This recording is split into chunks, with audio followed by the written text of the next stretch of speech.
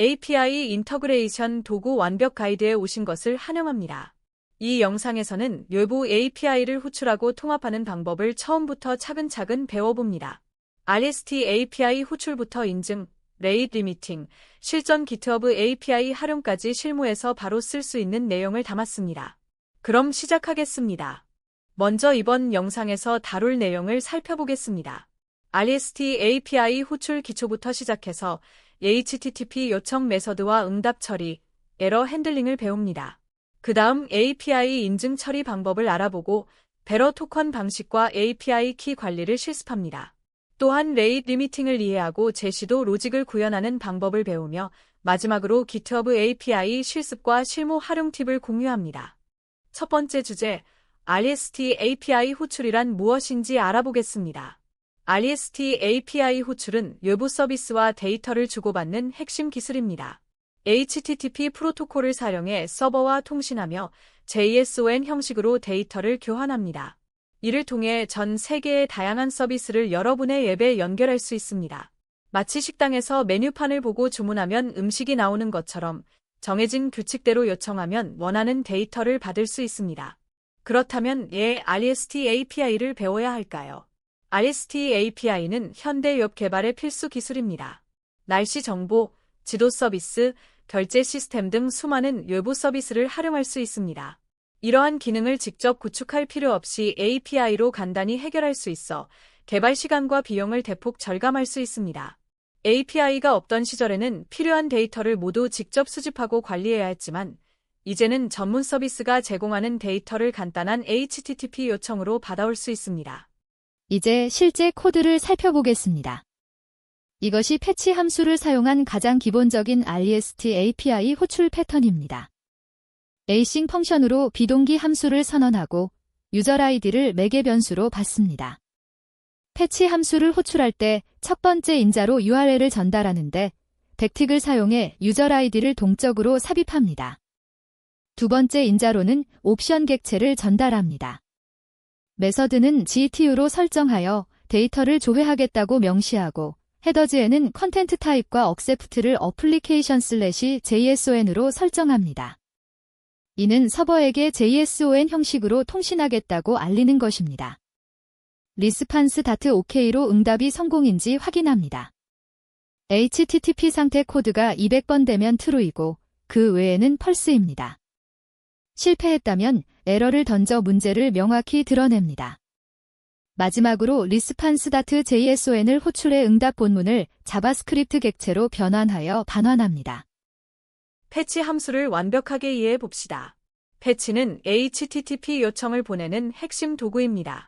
첫 번째 인자는 URL로 요청을 보낼 엔드포인트 주소를 지정합니다. 두 번째 인자는 옵션 객체로 메서드와 헤더즈 등을 설정할 수 있습니다. 패치는 프라미스를 반환함으로 반드시 async와 await를 사용하거나 된 메서드로 처리해야 합니다. 이것이 비동 프로그래밍의 기본입니다.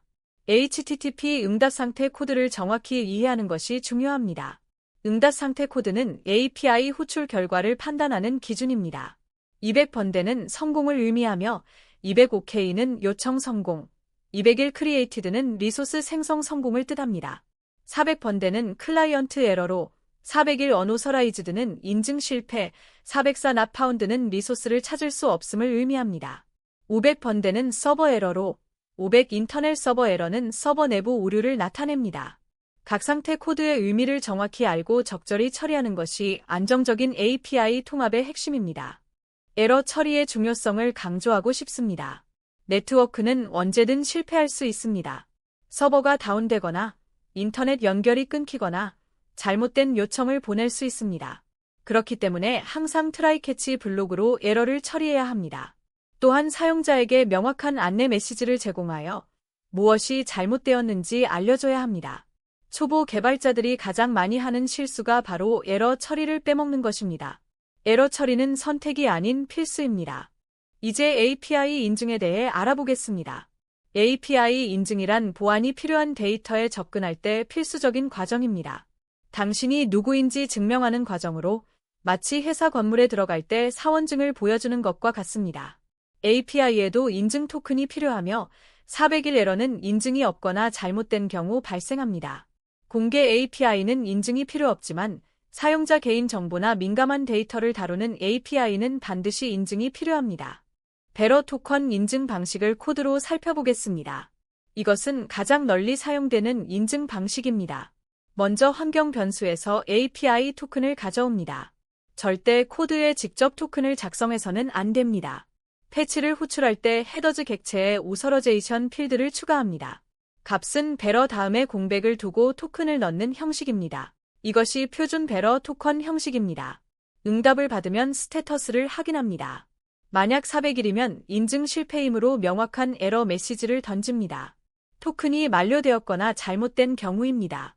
그 이후의 에러는 일반적인 API 호출 실패로 처리합니다. 성공했다면 JSON으로 파싱하여 반환합니다. 이 패턴을 익혀두면 대부분의 인증 API를 다룰 수 있습니다. API 키 관리 원칙을 반드시 지켜야 합니다. 보안의 시작은 키 관리부터입니다. 첫째, 절대 코드의 API 키를 직접 작성하지 마세요. 둘째, 환경 변수를 사용해 env 파일로 분리하세요. 셋째, GitHub에 절대 커밋하지 말고 기타이니어리 파일에 env를 추가하세요. API 키가 GitHub에 노출되면 악의적인 사용자가 여러분의 계정으로 무제한 요청을 보낼 수 있습니다. 이는 금전적 손실로 이어질 수 있으니 각별히 주의해야 합니다. 레이트 리미팅에 대해 알아보겠습니다. 레이트 리미팅이란 서버 보호를 위한 요청 제한입니다. 일정 시간 내 요청 횟수를 제한하여 서버가 과부하되는 것을 방지합니다. 429 에러는 요청 한도를 초과했을 때 발생합니다. API 문서에서 제한 사항을 미리 확인하는 것이 필수입니다. 예를 들어 GitHub API는 인증 없이 시간당 60회, 인증하면 5000회까지 요청할 수 있습니다. 이러한 제한을 고려하지 않으면 서비스가 갑자기 중단될 수 있습니다. 레이트 리미팅에 대응하는 제시도 로직을 구현해 봅시다. 패치 스린나이 함수는 URL, 옵션즈, 맥스린나이즈를 매개 변수로 받습니다. 맥스린나이즈는 기본값 3으로 설정합니다. for 루프로 최대 제시도 횟수만큼 반복합니다. 트라이 블록 안에서 패치를 호출합니다. 응답 스테터스가 429이면 레이트 리미트 에러입니다. 리스판스 다트 헤더즈 다트 게트로 린레프터 헤더를 가져옵니다. 이 헤더는 몇 초 후에 다시 요청할 수 있는지 알려줍니다. 있으면 그 값에 1000을 곱해 밀리초로 변환하고 없으면 기본값 60초를 사용합니다. 콘솔에 대기 시간을 출력하고 세트 타임아웃으로 지정된 시간만큼 대기합니다. 컨티뉴로 다음 반복으로 넘어가 재시도합니다. 일반 에러가 발생하면 캐치 블록에서 처리합니다. 마지막 시도였다면 에러를 던지고 아니라면 지수 백오프 방식으로 대기합니다. 1초, 2초, 3초로 점점 늘어나는 방식입니다. 모든 시도가 실패하면 최대 재시도 횟수 초과 에러를 던집니다. 린나이애프터 헤더를 활용하는 방법을 이해했나요? 이것은 서버가 알려주는 대기 시간입니다. 429 응답에 포함된 헤더 정보로 언제 다시 요청할 수 있는지 명시합니다. 지수 백오프는 대기 시간을 점진적으로 증가시키는 전략입니다. 처음에는 1초, 실패하면 2초, 또 실패하면 4초 이런 식으로 늘어나 서버의 부담을 줄입니다. 이런 패턴을 구현해두면 일시적인 서버 문제에도 안정적으로 대응할 수 있습니다.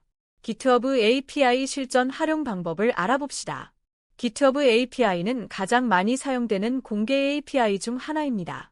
레포지토리 정보, 이슈, 폴 리퀘스트를 조회할 수 있고 GitHub 액션즈와 웹웍스를 연동할 수도 있습니다. 개발자 포트폴리오를 자동화하거나 팀의 코드 리뷰 통계를 수집하는 등 다양하게 활용할 수 있습니다. GitHub의 방대한 데이터를 여러분의 프로젝트에 활용해 보세요. GitHub API로 레포지토리 정보를 가져오는 실전 예제를 살펴봅시다. getGitHubRepo 함수는 오너와 리포 이름을 매개 변수로 받습니다. 먼저 환경 변수에서 GitHub 토큰을 가져옵니다. GitHub API는 인증 없이도 사용할 수 있지만 인증하면 요청 한도가 크게 늘어납니다. 패치로 GitHub API 엔드포인트를 호출합니다. URL은 api.github.com/repos/ 헤더즈의 오서러제이션을 베러 토큰으로 설정하고 accept 헤더는 GitHub API 버전 3을 명시합니다. 이것이 GitHub API의 표준 헤더입니다. 응답이 실패하면 명확한 에러를 던집니다. 성공하면 JSON을 파싱합니다. GitHub API는 매우 많은 정보를 반환하므로 필요한 것만 추출합니다. 네임은 레포지토리 이름, 스타어게이저즈 카운트는 스타 개수, 포웍스 카운트는 포크 개수, 디스크리프션은 설명입니다. 이렇게 정리한 객체를 반환하면 클린한 데이터를 사용할 수 있습니다. 이렇게 정리한 객체를 반환하면 클린한 데이터를 사용할 수 있습니다. 다양한 API 통합 실습 기회를 소개합니다. 실무에서 자주 사용하는 API들을 살펴보겠습니다. 카카오와 네이버 로그인 API를 사용하면 소셜 로그인을 쉽게 구현할 수 있습니다. 오픈웨더맵 같은 날씨 API로 실시간 날씨 정보를 제공할 수 있고, 포어턴이나 타스 페이먼트 API로 결제 시스템을 통합할 수 있습니다. 구글 지도 API로 유치 기반 서비스를 만들고, AWS S3 API로 파일 업로드를 처리할 수 있습니다. 이처럼 API를 활용하면 복잡한 기능을 빠르게 구현할 수 있습니다. API 통합 시 실전 팁을 공유합니다. 현업에서 바로 쓸 수 있는 노하우입니다. 첫째, 브라우저의 네트워크 탭을 활용해 실시간으로 요청과 응답을 확인하며 디버깅하세요. 둘째, API 문서를 꼼꼼히 읽으세요. 대부분의 문제는 문서를 제대로 안 읽어서 발생합니다. 셋째, 포스트먼 같은 도구로 먼저 테스트해보세요. 코드를 작성하기 전에 API가 제대로 작동하는지 확인하면 삽질을 줄일 수 있습니다. 넷째, 에러 로깅 시스템을 구축하세요. 프로덕션 환경에서 어떤 에러가 발생하는지 추적해야 빠르게 대응할 수 있습니다. 초보 개발자가 자주 하는 실수와 해결법을 알아봅시다. 첫째, CORS 에러가 발생하면 서버 설정을 확인해야 합니다. 브라우저의 보안 정책 때문에 발생하는 문제로 서버에서 적절한 CORS 헤더를 설정해야 합니다. 둘째, 타임아웃 에러가 발생하면 패치에 타임아웃 옵션을 추가하세요. 기본적으로 패치는 타임아웃이 없어 무한정 대기할 수 있습니다. 셋째, API 키 노출 문제는 env 파일과 기타 이니어리를 활용해 해결하세요. 절대 코드에 직접 작성하지 마세요. 이런 실수들을 미리 알고 있으면 많은 시행착오를 줄일 수 있습니다. API 인터그레이션 완벽 가이드를 마칩니다. 오늘 배운 내용을 정리하면 REST API 호출의 기본 패턴, 패치 함수의 사용법, HTTP 상태 코드의 의미, 에러 처리의 중요성, 베러 토컨 인증 방식, API 키 관리 원칙, 레이트 리미팅 대응 전략, 제시도 로직 구현, GitHub API 실전 활용, 그리고 실무 팁까지 다뤘습니다. 이제 여러분은 전 세계의 수많은 API를 자유롭게 활용할 수 있습니다.